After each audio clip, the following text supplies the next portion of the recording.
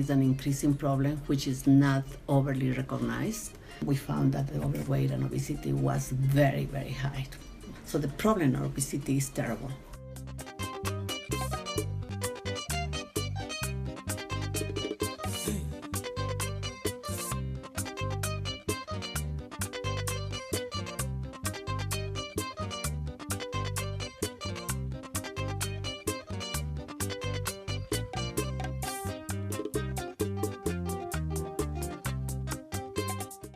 Mi comida favorita es lasaña. Mi comida favorita es hamburguesas. El chabalafón. My favorite food is tomato and lettuce salad. My favorite food is pizza.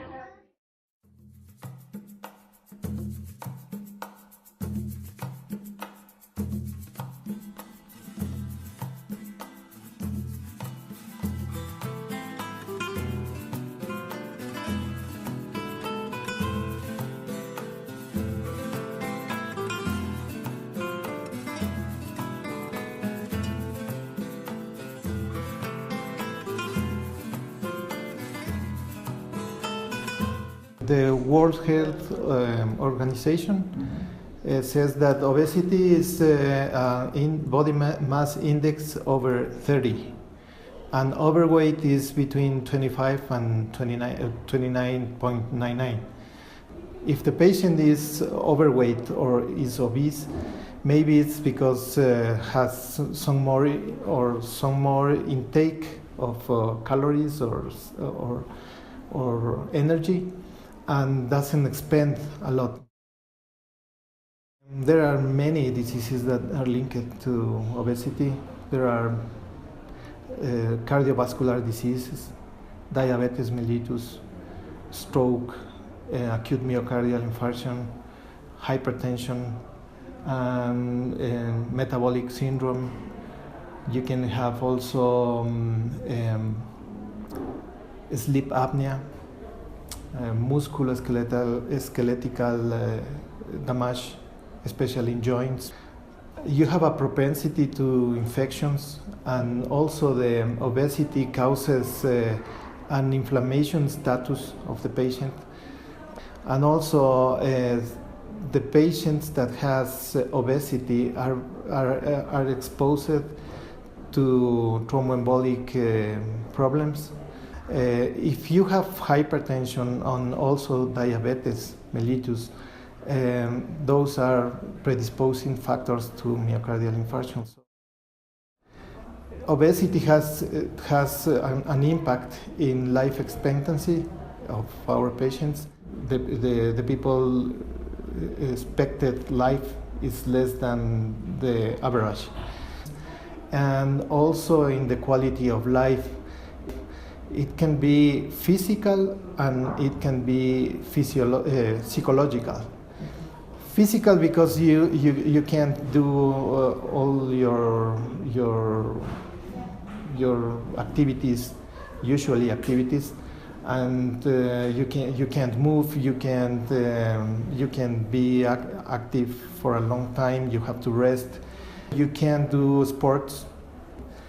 And also the psychological impact of obesity is because you are not well received in our society if you are overweighted or obese. I think there are some links between obesity and depression, and also that affects your quality of life. I can tell you that in our country, the main mortality cause now it's cardiovascular disease, and I'm sure that it came like this because we have for years we have changed our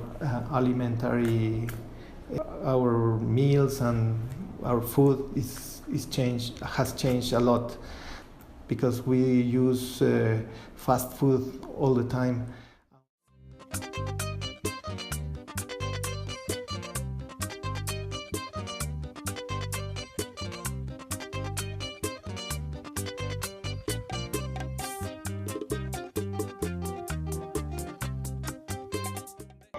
En el almuerzo siempre está listo sopa, cualquier sopa, y arroz con pollo, lo que hay. Y en la merienda comemos lo mismo que el almuerzo.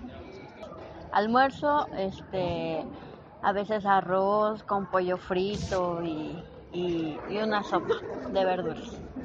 For lunch, I ate meat with rice and salad.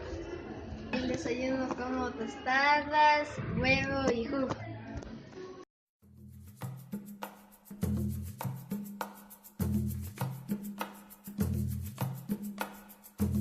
We became much more urban than in 1986, and people eat much more times outside the home, including the weekends. There was a definite change in cooking patterns. There is an increasing problem which is not overly recognized. So we decided that we need to know what is going on with the population in Ecuador.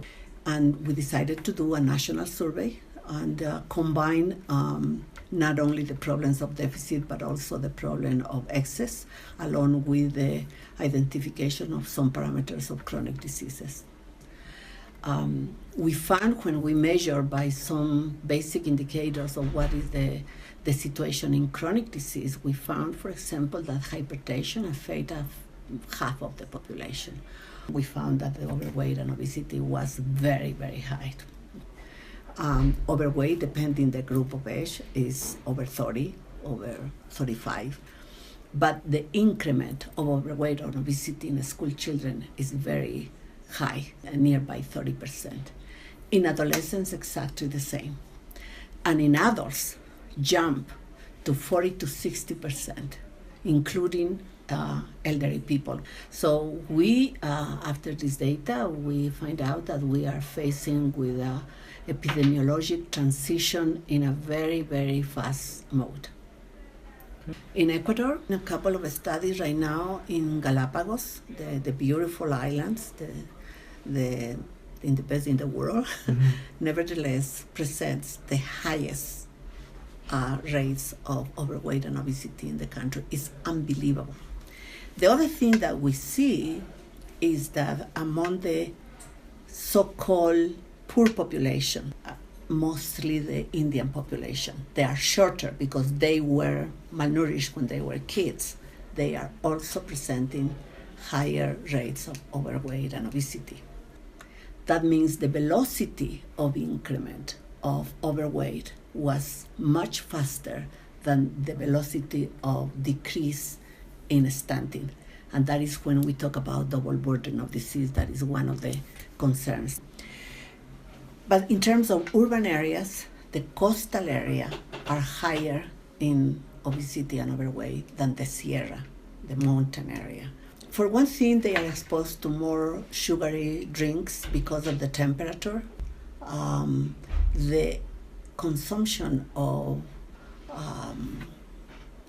drinks, processed drinks that have sugar, is unbelievable, and it's going high. I don't remember the figure, but it's going in this direction. But also juice that they put with a lot of sugar. If you tell me what is the group of population which is more affected, I could say you cannot make an exception.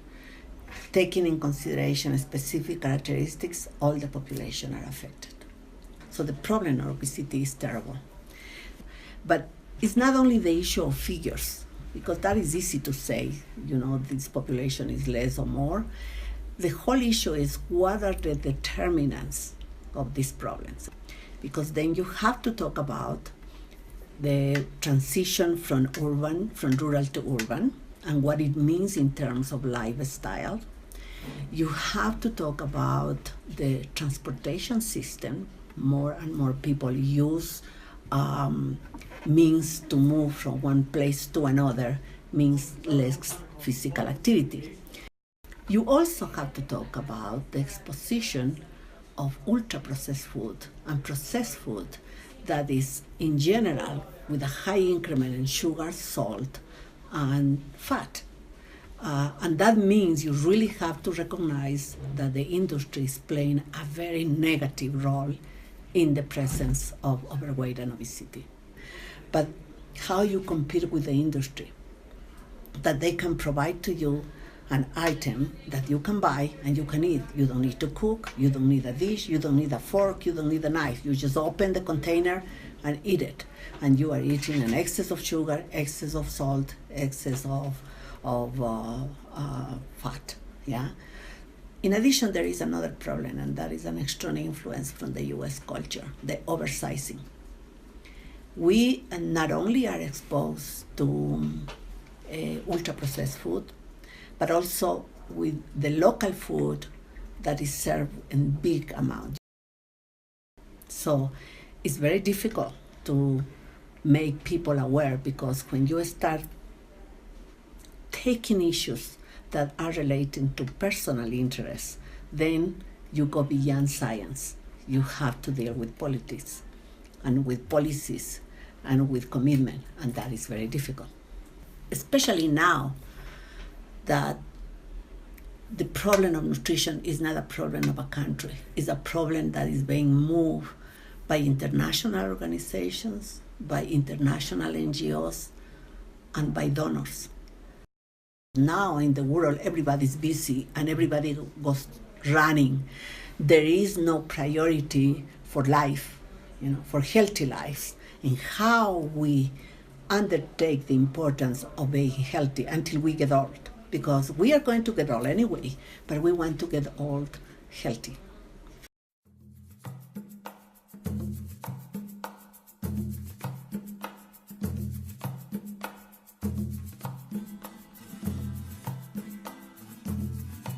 Education alone means nothing. Education has to go with two things. One is that you have to respect, you have to know the environment and what are the positive and the negative factors that can influence in your diet. And the second thing is that you have to have a less obesogenic environment.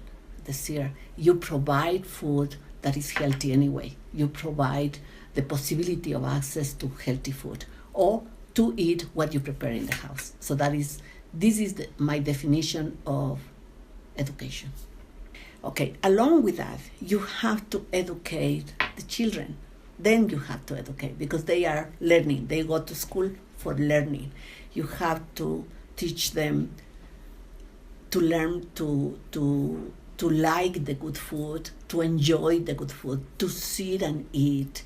So I think the school can play a very, very important role if you develop this kind of a strategy. Because if you change for good the habits of the children, that will last forever.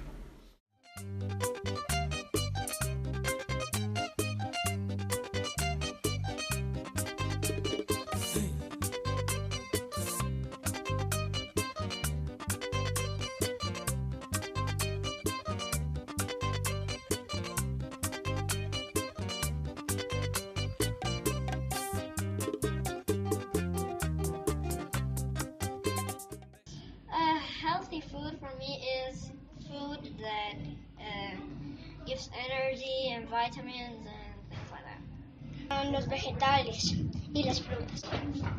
I like apples and vegetables. Bueno, para mí comida saludable es frutas, ensaladas, comida no muy pesada. Healthy food are the food that make our body good and make us healthy people.